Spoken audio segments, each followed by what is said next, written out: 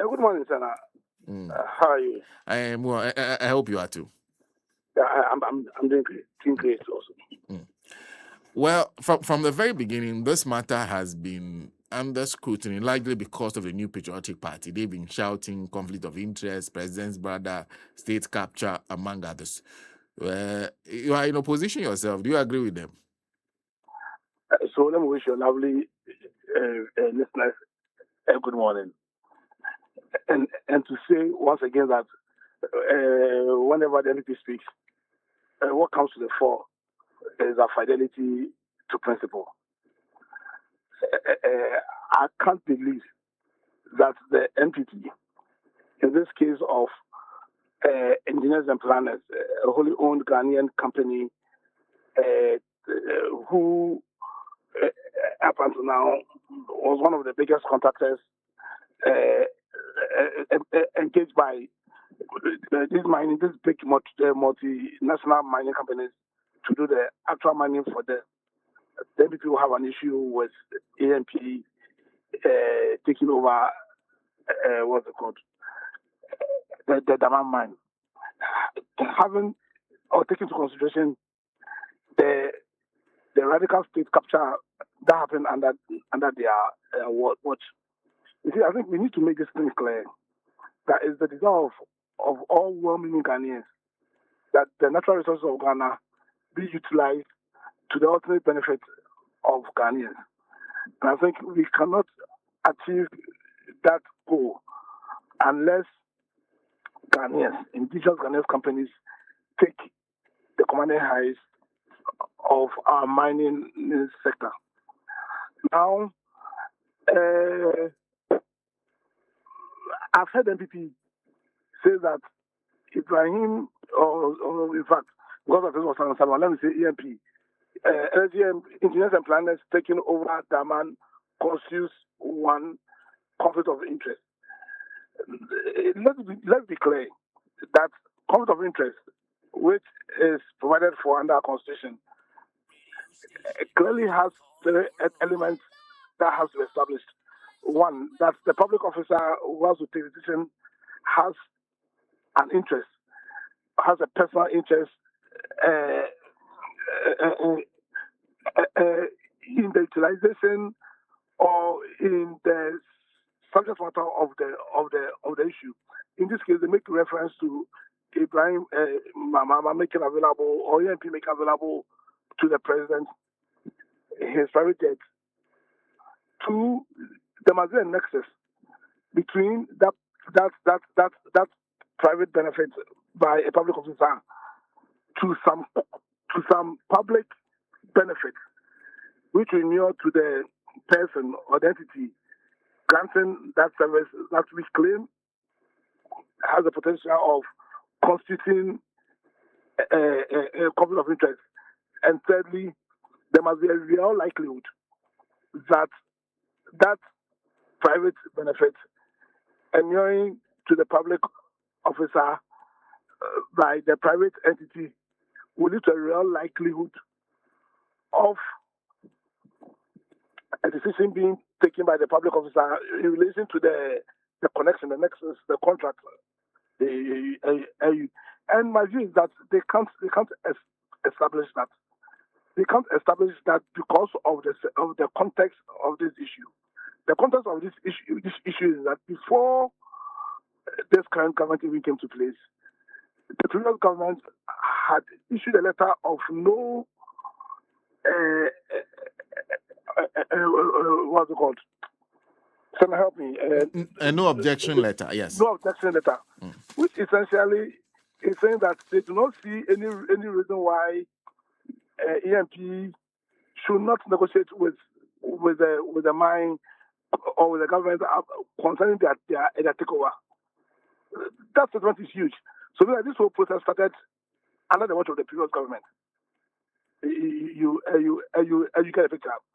Secondly, are you trying to say that the president or this government, or let's say the president, but for having the benefit of using the private jets of his brother, which ultimately inured to the benefit of the country, in terms of the financial benefits and all to the country, won't consider E&P, which is one of the best engineering company and has a long record of having been used by these multinational companies in their mining activities. Now, are we then saying that only because a company of repute has a relation to the president, that company is barred from partaking in all contracts? I think when it comes to conflict of interest, it is right that the major obligation is disclosure. And so then the question is, has E&P made the necessary disclosures required, or has the government made the necessary requirement? And I think the answer is yes. Now, if that's the case, then the most critical issue is whether or not they have the capacity, both financially and in terms of the technical expertise, to undertake this project. And I think there can be an argument that E&P does not have the financial clout nor the technical expertise to undertake the project. I think for me, the bigger story, which ought to be celebrated by all Ghanaians, and when I say all Ghanaians, I include also the NPP, is the fact that now we have a situation where Ghanaians are able to partake at the table of men, so far as mining activities are concerned in this country, and that this huge step, this huge stride, places this country in the better position to begin the process of ensuring that the natural resources of this country are exploited to the ultimate benefit of Ghanaians. Because if there's one thing that is sure, we won't have capital flight. If there's one thing that is sure, that Ghanaians are going to benefit massively from our natural resources. The only thing is that I'll implore E&P that in the spirit of leading the charge in achieving this agenda of exploiting our natural resources to the ultimate benefit of Ghanaians, most of the subcontracts that they will also give out will follow strictly the dictates of the Local Content Act, and that more Ghanaians will be empowered to partake in the mining space. So for me, I think the NPP are playing very sad politics, but the one that exposes their lack of principle, their lack of integrity. And this issue cannot be compared one to the attempt by the company of example to purchase the state hotels. You understand? Because President Mahama himself was a cabinet minister. Ibrahim is a private man. Two, it cannot be compared to the data bank issue, because that the decision of awarding data bank that contract was taken by Ken Ofurata, who was the beneficiary owner of data bank and was also the finance minister. And even there, in my view, once there was disclosure and once data bank had the capacity, there was pretty no issue. Instead of the data bank undertook the said contracts. And these same people defended it. So if you defended it, then what next do you have one to oppose E&P being given the Damang mine when placed in proper context? When placed in proper context, does not fail any legal test. It does not fail the ethical test. And indeed, represents the beginning of the process of Ghanaian companies taking the commanding heights of our mining industry. That's given us belief that at long last, the natural resources of this country will be exploited to the ultimate benefit of Ghanaians. So let's applaud E&P, let's applaud the government, and don't let us fight ourselves. We shouldn't cut our nose just to fight our face. And that's what the NPP are doing. This is a massive issue for Ghana. And we must applaud President Mahama and we must applaud the government already. Very interesting position. But before I let you go, one of the topics we've discussed constantly on Elijah and Elijah, I haven't spoken to you on it on this platform, has been what is happening in Iran. So since I have you on the line, what your response is to what is has been sold as an agreement in place for a ceasefire for at least 2 weeks. What do you think? A ceasefire by what? That the proposal for them to at least ceasefire, all of them, Iran, Who? Iran? Israel, the Oh, US. it's a massive. It's a massive good news, and you know my position. I'm not surprised. You know me. I'm a supporter of Donald Trump, but me as a supporter of Donald Trump, I'll be against some of the actions taken with regard to the war because I feel that the international world order, and the UN in the way they act, lack fundamental principles. Yes, having said that, if indeed you look at over the weekend at Alaji, I stated that I feel that America may be winning a lot of the battles, but they are losing the war. They are losing the war in regards to the overarching one purpose for which they started for attacking Iran. Two, in terms of how the world weakens their position on the international space.